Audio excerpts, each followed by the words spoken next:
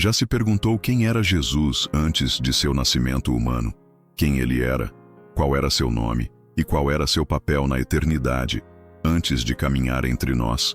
Para explorar essas questões, vamos voltar às Escrituras, não como um exercício intelectual, mas para que nossos corações sejam incendiados pela verdade sobre aquele que sempre foi, é e será. Comecemos com uma premissa fundamental: a doutrina da Trindade.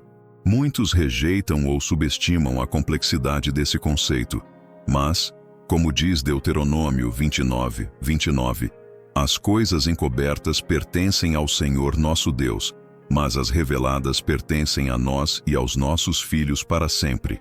Deus foi sempre o Pai, o Filho e o Espírito Santo, uma única essência divina. O Evangelho de Mateus 28:19 nos dá uma base sólida. Portanto, ide, ensinai todas as nações, batizando-as em nome do Pai, do Filho e do Espírito Santo. Essa ordem de Jesus reflete a unidade e a diversidade dentro da própria natureza de Deus. O Pai é o Criador e sustentador, o Filho é o Salvador e Redentor, e o Espírito Santo é nosso Consolador e guia. No Evangelho de João, aprendemos que Jesus é a própria palavra eterna. Em João 1:1, lemos: No princípio era o Verbo, e o Verbo estava com Deus, e o Verbo era Deus. Ele estava no princípio com Deus. Essas palavras ecoam a criação registrada em Gênesis 1:1. No princípio, criou Deus os céus e a terra. Jesus é essa palavra viva, por meio de quem tudo foi criado, como também confirma Colossenses 1:16. Porque nele foram criadas todas as coisas que há nos céus e na terra, visíveis e invisíveis. Aqui está um ponto que desafia a lógica humana. A palavra não teve um começo. Jesus, o Filho, é eterno. Ele não se tornou a palavra, ele sempre foi. Hebreus 13:8 afirma: Jesus Cristo é o mesmo ontem, hoje e eternamente. Essa verdade nos aponta para a majestade de Cristo, aquele que se revelou como Eu Sou, em João 8:58, quando disse: Antes que Abraão existisse, Eu Sou. Este título, Eu Sou, nos conecta diretamente ao nome de Deus, revelado a Moisés, em Êxodo 3:14. Eu sou o que sou. Esse nome expressa a autoexistência e a eternidade de Deus. Quando Jesus usa esse mesmo título, ele não está apenas declarando sua divindade, mas também se identificando como Yahvé, o Deus do pacto com Israel. No Antigo Testamento, Deus é chamado por nomes como Yahvé ou Jeová, que aparece mais de 6.800 vezes, e Elohim, que destaca seu poder criativo. Em Isaías 9:6, vemos uma profecia poderosa sobre Jesus. Porque um menino nos nasceu, um filho se nos deu, o principado está sobre os seus ombros, e o seu nome será Maravilhoso Conselheiro, Deus Forte, Pai da Eternidade, Príncipe da Paz. Esse Pai da Eternidade revela a natureza eterna e divina de Cristo. Jesus não apenas reflete Deus, ele é Deus. Os autores do Novo Testamento frequentemente aplicam a Jesus as escrituras que originalmente se referiam a Yahvé. Vemos isso em Filipenses 2:9 e 11, onde Paulo declara: Pelo que também Deus o exaltou soberanamente e lhe deu um nome que é sobre todo nome, para que ao nome de Jesus se dobre todo o joelho, dos que estão nos céus, na terra e debaixo da terra. Essa linguagem evoca Isaías 45:23, onde Yahvé diz: Por mim mesmo tenho jurado, que diante de mim se dobrará todo o joelho. Quando os evangelistas e apóstolos aplicam tais passagens a Jesus, estão fazendo uma afirmação ousada. Jesus é Yahvé encarnado. Ele não apenas cumpre as profecias, mas as transcende, revelando a plenitude do plano redentor de Deus. Em Lucas 24:27, após sua ressurreição, Jesus explica aos discípulos: E começando por Moisés e por todos os profetas, explicava-lhes o que dele se achava em todas as Escrituras. Essa conexão entre o Antigo e o Novo Testamento é vital. Jesus é o cumprimento das promessas feitas a Israel. Ele é o Cordeiro de Deus, como João Batista proclama em João 1:29. Eis o Cordeiro de Deus, que tira o pecado do mundo. Mas ele também é o Rei glorioso, o Senhor dos senhores, como é chamado em Apocalipse 19:16. Agora, vamos abordar um dos mistérios mais profundos: a relação entre Jesus e o Pai. Em João 10:30, Jesus declara: Eu e o Pai somos um. Contudo, em sua encarnação, ele se submeteu à vontade do Pai, como lemos em Filipenses 2:7-8. Antes a si mesmo se esvaziou, tomando a forma de servo, e foi obediente até a morte, e morte de cruz. Isso não diminui sua divindade. Ao contrário, revela sua humildade e amor. Por fim, o que significa para nós reconhecer Jesus como Yahvé encarnado? Significa que podemos confiar nele completamente, pois ele é o Deus eterno que veio para nos redimir. Como Paulo escreve em Romanos 10:9, se com a tua boca confessares ao Senhor Jesus e em teu coração creres que Deus o ressuscitou dos mortos, serás salvo. Ao reconhecer Jesus como o eterno Eu Sou, entendemos que ele não apenas existia antes da criação, mas também que todo o plano redentor foi estabelecido nele desde a fundação do mundo.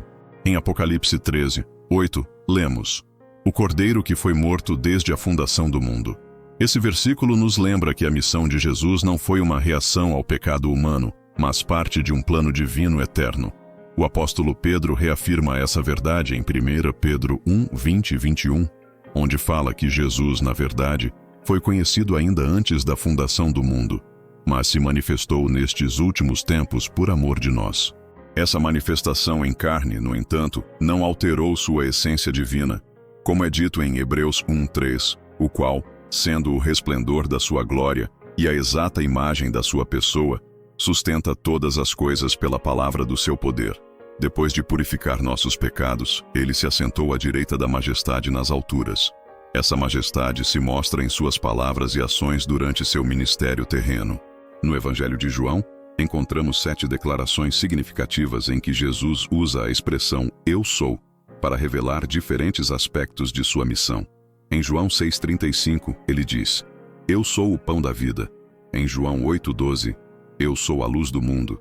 Em João 10:11, Eu sou o bom pastor. Cada uma dessas afirmações nos conecta à provisão, orientação e cuidado de Yahvé no Antigo Testamento.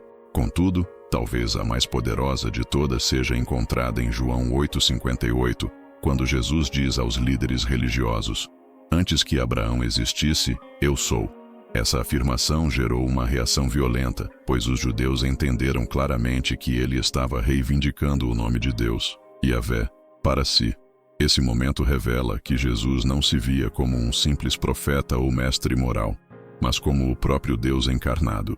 Essa autorrevelação continua em sua oração sacerdotal, registrada em João 17, onde Jesus ora: Agora, glorifica-me, ó Pai, junto de ti mesmo, com aquela glória que eu tinha contigo antes que o mundo existisse. João 17:5. Essa glória não é algo que ele tenha adquirido, mas algo que sempre fez parte de sua natureza divina. Desde a eternidade, ele foi parte da perfeita comunhão da Trindade.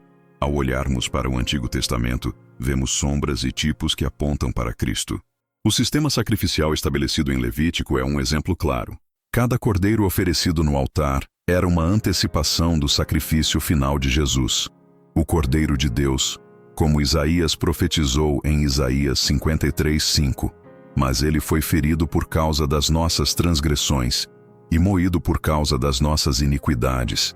O castigo que nos traz a paz estava sobre ele, e pelas suas feridas fomos sarados. Essa conexão se torna ainda mais evidente no Evangelho de Marcos, que começa com uma citação de Isaías 40:3. Voz do que clama no deserto, preparai o caminho do Senhor, endireitai no ermo vereda a nosso Deus. O evangelista aplica essa profecia a João Batista, preparando o caminho para Jesus, identificando-o como Yahvé que veio ao seu povo. Paulo também reforça essa identificação ao escrever em Tito 2:13, aguardando a bem-aventurada esperança e a manifestação da glória do grande Deus e nosso Salvador, Jesus Cristo. Aqui vemos uma afirmação clara de que Jesus não é apenas um representante de Deus, mas o próprio Deus, digno de toda a adoração. Talvez um dos momentos mais impactantes da Bíblia seja encontrado em Apocalipse 1:17, onde João vê Jesus em sua glória ressurreta e diz: Eu sou o último e o que vivo, e fui morto, mas eis que estou vivo para todo o sempre. Amém. Essa declaração resume completamente a identidade de Jesus, o eterno, o encarnado, o crucificado e o ressuscitado. Então, o que isso significa para nós hoje? Significa que a fé em Jesus não é apenas uma questão teológica, mas uma questão de vida ou morte. Como Jesus afirmou em João 14:6, eu sou o caminho, a verdade e a vida. Ninguém vem ao Pai senão por mim. Esse é um convite e, ao mesmo tempo, uma advertência. A salvação não pode ser encontrada em nenhum outro nome, como Pedro declara em Atos 4:12. E em nenhum outro há salvação, porque também debaixo do céu nenhum outro nome foi dado entre os homens, pelo qual devamos ser salvos. Quando reconhecemos a eternidade de Cristo e sua participação na criação, entendemos que ele não é apenas uma imagem bíblica ou uma figura moral. Ele é o fundamento de todas as coisas, como declara Colossenses 1:16. Ele é antes de todas as coisas, e todas as coisas subsistem por ele. Cada estrela no céu, cada folha que cai, cada respiração que tomamos, subsiste pelo poder da palavra viva que é Jesus. Essa realidade transcendente também traz implicações pessoais. Jesus não apenas sustenta o universo, mas também busca sustentar nossas vidas.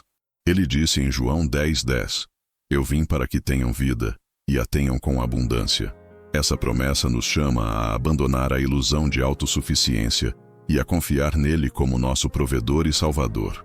Um exemplo poderoso disso está em Mateus 11:28-30, onde Jesus faz um convite pleno de graça. Vinde a mim, todos os que estáis cansados e sobrecarregados, e eu vos aliviarei. Tomai sobre vós o meu jugo, e aprendei de mim, que sou manso e humilde de coração, e encontrareis descanso para as vossas almas, porque o meu jugo é suave, e o meu fardo é leve. Aqui vemos que o eterno Eu Sou se aproxima de nós com ternura, oferecendo descanso e alívio. Outra dimensão da identidade de Jesus, antes de sua encarnação, é sua interação com os patriarcas e profetas. Em João 8:56, ele diz, Abraão, vosso pai, exultou por ver o meu dia, e viu-o, e alegrou-se. Essa declaração aponta para o fato de que Jesus esteve presente no Antigo Testamento, preparando o cenário para a sua vinda. De fato, muitas aparições de Yahvé no Antigo Testamento são vistas como manifestações prévias de Cristo. Em Êxodo 3, quando Moisés encontra a sarça ardente e ouve a voz de Deus, Deus diz, Eu sou o que sou. Êxodo 3:14. Essa frase não é apenas uma afirmação de autoexistência, mas também uma revelação de que o Deus de Israel é eterno, imutável e sempre presente.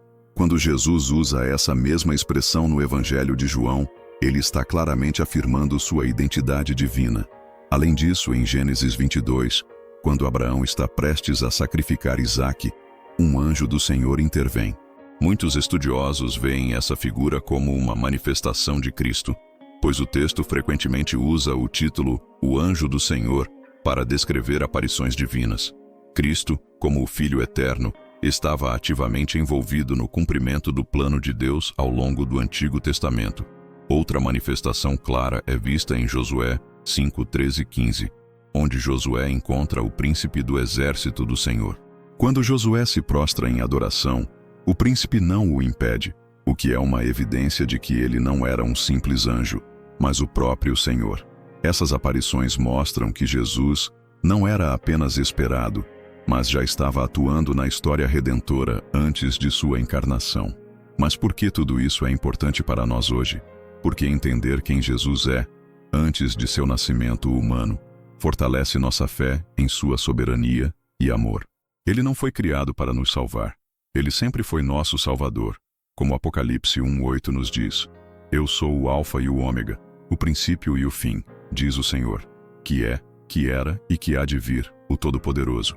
Essa soberania divina é acompanhada por uma compaixão inigualável, como lemos em Hebreus 4:15-16. Porque não temos um sumo sacerdote que não possa se compadecer das nossas fraquezas, mas um que, como nós, em tudo foi tentado, mas sem pecado.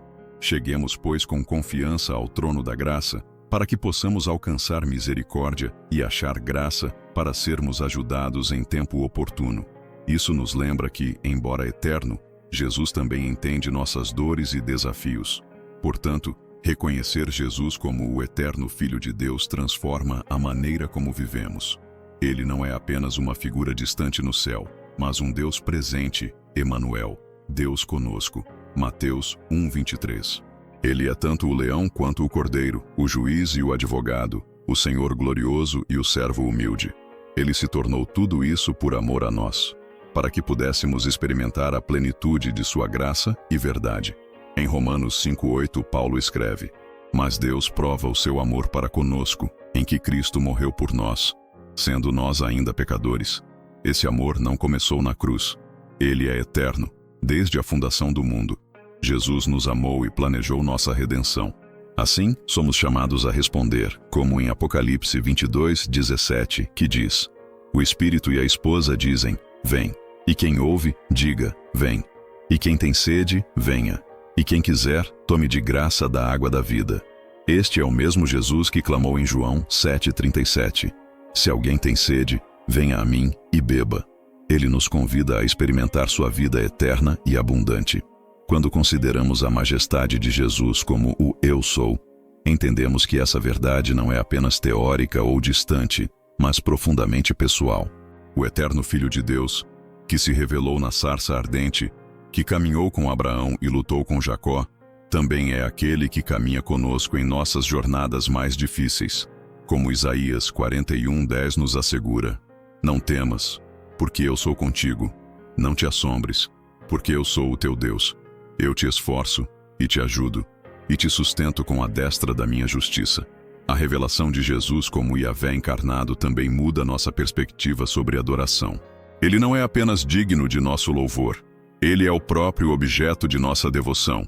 Em Apocalipse 5:11-13, vemos a cena celestial onde toda a criação se une em adoração.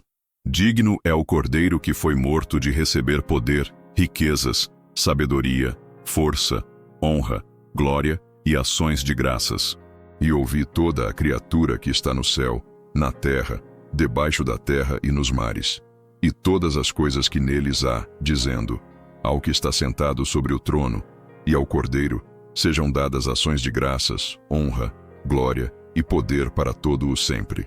Ao reconhecer Jesus como Yahvé, somos também chamados a refletir sobre seu propósito redentor. Em João 3:16-17, encontramos a declaração mais conhecida e ao mesmo tempo mais transformadora. Porque Deus amou o mundo de tal maneira que deu o seu Filho unigênito, para que todo aquele que nele crê não pereça, mas tenha a vida eterna. Porque Deus enviou o seu Filho ao mundo, não para que condenasse o mundo, mas para que o mundo fosse salvo por ele. Jesus não veio para nos destruir, mas para nos resgatar, para nos trazer de volta à comunhão com Deus. Isso nos leva a uma reflexão prática. Se Jesus é o eterno Filho de Deus, como isso molda a nossa vida diária? Paulo responde em Gálatas 2:20 dizendo: Já estou crucificado com Cristo e vivo, não mais eu, mas Cristo vive em mim. E a vida que agora vivo na carne, vivo-a na fé do Filho de Deus, o qual me amou e se entregou a si mesmo por mim.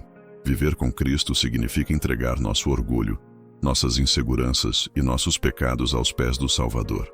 Outro aspecto importante é o papel de Jesus como mediador.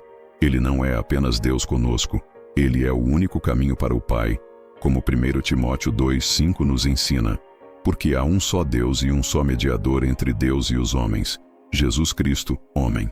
Essa verdade nos convida a confiar em sua obra redentora e a abandonar qualquer tentativa de alcançar a Deus por nossos próprios méritos. A certeza de que Jesus é Yahvé encarnado também nos dá esperança diante da morte. Em João 11:25-26, Jesus declara: Eu sou a ressurreição e a vida. Quem crê em mim, ainda que esteja morto, viverá. E todo aquele que vive e crê em mim, nunca morrerá. Essa promessa nos lembra que a morte não é o fim para aqueles que pertencem a Cristo. É apenas o início de uma vida eterna em sua presença. Mas essa esperança não é apenas futura. Jesus transforma nosso presente, oferecendo paz em meio às tempestades. Em João 14:27, ele diz: Deixo-vos a paz. A minha paz vos dou. Não vou-lo dou como o mundo a dá. Não se turbe o vosso coração, nem se atemorize. Essa paz não depende de circunstâncias externas, mas da certeza de que Ele está no controle. À medida que encerramos essa reflexão, precisamos retornar ao convite que ecoa por toda a Escritura: vir a Jesus. Ele nos chama com ternura e urgência. porque sabe que nele encontramos tudo o que precisamos. Como lemos em Hebreus 12:2, olhando para Jesus, autor e consumador da fé, o qual, pelo gozo que lhe estava proposto, suportou a cruz, desprezando a vergonha, e assentou-se à destra do trono de Deus. Assim, não há dúvida de que Jesus é o Eu Sou Eterno, o Yah encarnado, o Filho de Deus que se tornou carne para habitar entre nós, cheio de graça e verdade. Ele é o Cordeiro que foi morto, que vive para sempre, e ele nos chama para participar de sua glória, não por merecimento, mas por sua graça infinita. À medida que refletimos sobre tudo isso, é impossível não perceber a profundidade do plano divino que culmina em Jesus Cristo. Ele é o Alfa e o Ômega, o autor e consumador de nossa fé, aquele que estava desde o princípio e cuja glória é eterna. Quando entendemos que ele é Yah, nossa adoração se torna mais rica, nossa fé mais profunda e nossa esperança mais firme. Considere, por exemplo, o testemunho dos anciãos no céu, em Apocalipse 4:10-11. Os 24 anciãos prostravam-se diante do que está assentado sobre o trono e adoravam o que vive para todo o sempre. E lançavam as suas coroas diante do trono, dizendo: Digno és, Senhor, de receber glória, honra e poder, porque tu criaste todas as coisas, e por tua vontade são e foram criadas. Essa visão celestial não é apenas para um futuro distante, é um chamado presente para reconhecermos a soberania de Cristo em nossas vidas agora. E o que significa viver em submissão ao Eu Sou? Significa viver em obediência e amor, reconhecendo que fomos comprados por um alto preço, como 1 Coríntios 6:19 nos lembra. Ou não sabeis que o vosso corpo é o templo do Espírito Santo, que habita em vós, proveniente de Deus, e que não sois de vós mesmos, porque fostes comprados por um preço elevado. Glorificai, pois, a Deus no vosso corpo e no vosso espírito, os quais pertencem a Deus. Isso também nos leva a uma vida de serviço.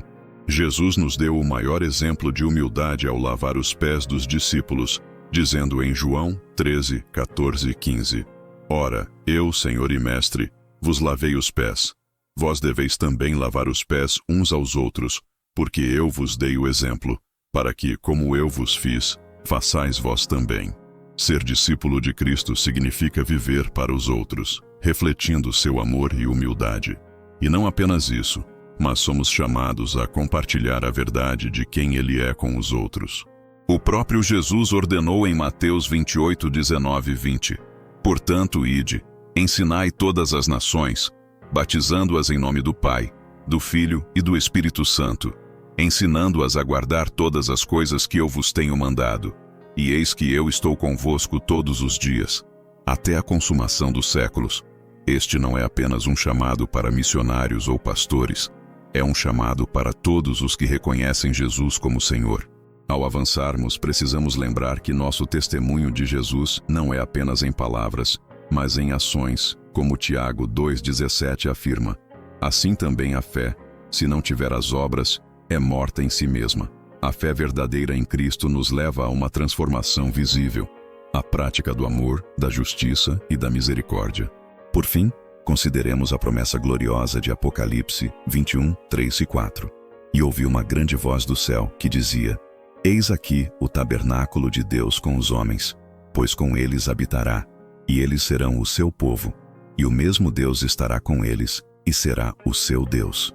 E Deus enxugará de seus olhos toda lágrima, e não haverá mais morte, nem pranto, nem clamor, nem dor, porque já as primeiras coisas são passadas. Essa é a esperança que temos em Jesus. Não apenas o perdão dos pecados, mas uma comunhão eterna com o Deus vivo.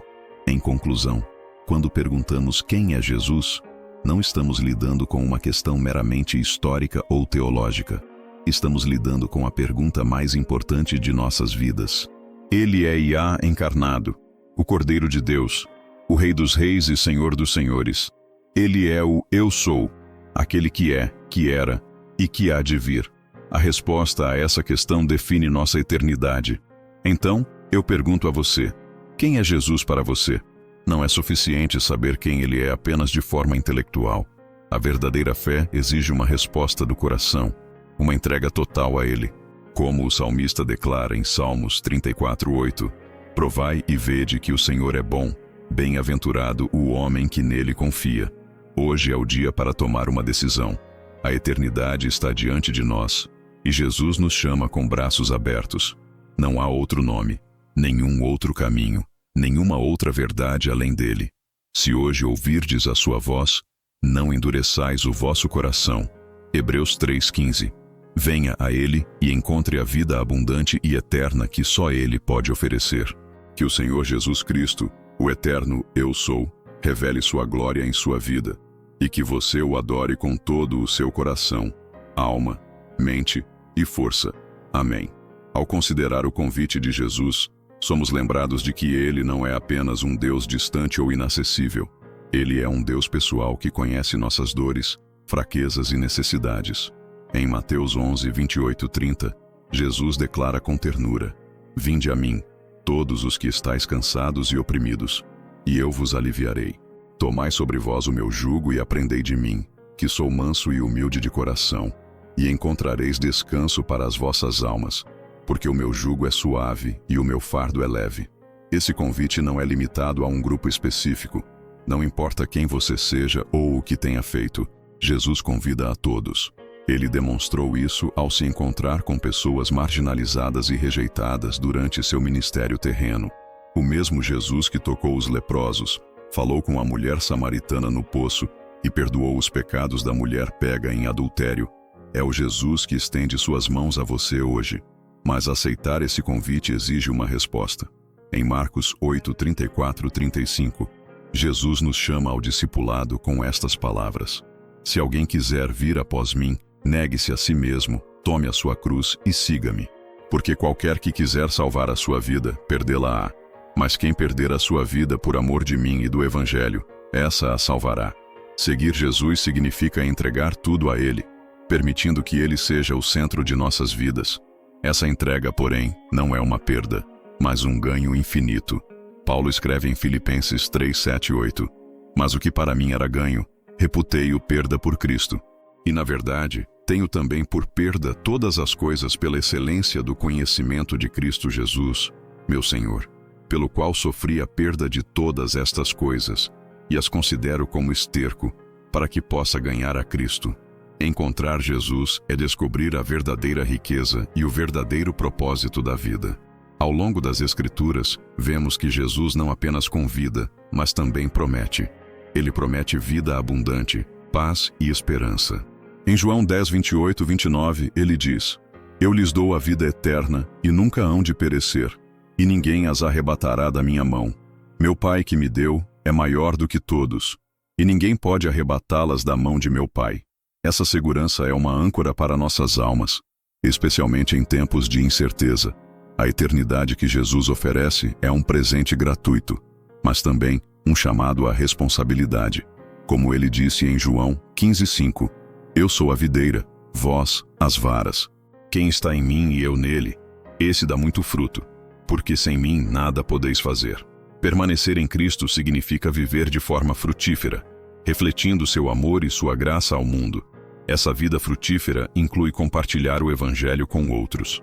Em Romanos 10, 14 e 15, Paulo escreve: Como, pois, invocarão aquele em quem não creram? E como crerão naquele de quem não ouviram? E como ouvirão, se não há quem pregue? E como pregarão, se não forem enviados? Como está escrito: Quão formosos os pés dos que anunciam o Evangelho de paz, dos que trazem alegres novas de boas coisas. Ser discípulo de Cristo é ser um mensageiro de sua boa nova. Mas lembremos, nosso testemunho não se limita a palavras. Nossas ações também proclamam quem Jesus é. Como Mateus 5,16 nos ensina: Assim resplandeça a vossa luz diante dos homens, para que vejam as vossas boas obras e glorifiquem a vosso Pai que está nos céus. Quando vivemos de maneira que reflete o caráter de Cristo, tornamo-nos um farol que aponta outros para Ele. E, finalmente, aguardamos com esperança a segunda vinda de Jesus, como está escrito em Apocalipse 22, 12 e 13. E eis que cedo venho, e o meu galardão está comigo, para dar a cada um segundo a sua obra. Eu sou o Alfa e o Ômega, o princípio e o fim, o primeiro e o derradeiro. Essa promessa nos lembra que a história não termina aqui. O melhor ainda está por vir. A volta de Jesus é uma promessa certa, mas também um chamado à preparação. Em 2 Pedro 3, 10, 11, lemos: Mas o dia do Senhor virá como o ladrão de noite, no qual os céus passarão com grande estrondo, e os elementos ardendo se desfarão, e a terra e as obras que nela há se queimarão. Havendo, pois, de perecer todas estas coisas, que pessoas vos convém ser em santo trato e piedade. Viver à luz de sua volta significa buscar a santidade e caminhar em obediência. Jesus é o Eu Sou encarnado, o Alfa e o Ômega, o princípio e o fim. Ele é nosso Salvador, nosso Rei e nosso Redentor. Ele é o Eu Sou eterno que nos chama para uma vida de comunhão com Ele, uma vida de propósito e de esperança. A pergunta permanece: você responderá ao chamado de Jesus? Ele está à porta e bate. Apocalipse 3:20. Abra o coração para Ele hoje. Reconheça-o como Senhor e Salvador, e experimente a alegria e a paz que só Ele pode dar. A Ele seja dada glória para sempre. Amém. Romanos 11:36.